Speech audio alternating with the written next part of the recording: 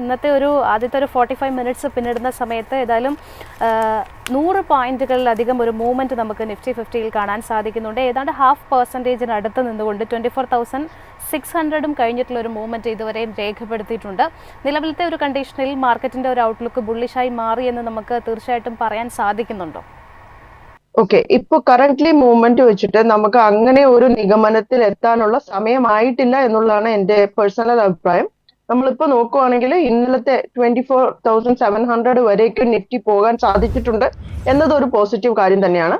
പക്ഷേ ഇന്നത്തെ ലെവൽ നമ്മൾ നോക്കുവാണെങ്കിൽ, സേ ഫോർ എക്സാമ്പിൾ നമ്മൾ ഡെയിലി ചാർട്ട് എടുത്ത് നോക്കുവാണെങ്കിൽ 2 ദിവസം മുന്നേ അത് നല്ലൊരു സപ്പോർട്ട് 24,350 കൊണ്ടുവന്നിട്ട് അവിടെ നിന്നാണ് ബൗൺസ് ബാക്ക് ചെയ്യാൻ തുടങ്ങിയിരിക്കുന്നത്.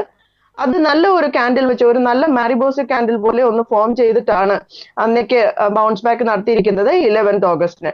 പക്ഷേ ഇന്നലെ വന്നേക്കുന്ന ആ കാൻഡില് കുറച്ച് ഹൈ മുകളിലോട്ട് പോകാൻ തുടങ്ങിയിട്ടുണ്ട് എന്നുള്ളൊരു ചെറിയ എക്സ്പെക്ടേഷൻ മാത്രമാണ് നമുക്ക് തരുന്നത്. ഇന്ന് ഉണ്ടായിരിക്കുന്ന ക്യാൻഡില് 15 മിനിറ്റ്സ് ക്യാൻഡിലിന്റെ ഹൈയിൽ ക്രോസ് ചെയ്യാൻ ഇതുവരേക്കും അതിന് സാധിച്ചിട്ടില്ല എന്നുള്ളതും എടുത്തു പറയേണ്ട കാര്യമാണ്. അപ്പൊ നമ്മൾ കുറച്ചു നേരം കൂടെ ഒന്ന് വെയിറ്റ് ചെയ്ത് വാച്ച് ചെയ്തുകൊണ്ടിരിക്കുക. ഒരു പോസിറ്റീവ് കാര്യം നമുക്ക് ചിന്തിക്കാനാവുന്നത്, നിഫ്റ്റി ഓഗസ്റ്റ് ഫ്യൂച്ചേഴ്സിൽ നോക്കുകയാണെങ്കിൽ നല്ല ഒരു പോസിറ്റീവ് മൊമെന്റം വന്നിട്ടുണ്ട്. താഴെ നല്ല ഗ്രീൻ ക്യാൻഡിൽസ് ഫോം ചെയ്തിട്ടുണ്ട്. അത് മുകളിലേക്ക് എടുക്കുവാണെങ്കിൽ ഒരുപക്ഷെ നിഫ്റ്റി നല്ലോണം പൊങ്ങി 24,700 വരെ വീണ്ടും പോകാനുള്ള ഒരു എക്സ്പെക്ടേഷൻ നമുക്ക് വെക്കാം. പക്ഷെ ഇപ്പോൾ വെയിറ്റ് ആൻഡ് വാച്ച് ചെയ്യുക. 24,350 എന്നുള്ളത് വളരെ വലിയ ഒരു സപ്പോർട്ടാണ്. ആ സപ്പോർട്ട് താഴ്ന്നിട്ടുണ്ടെങ്കിൽ നല്ലോണം നിഫ്റ്റി താഴെ പോകാൻ സാധ്യതയുണ്ട്.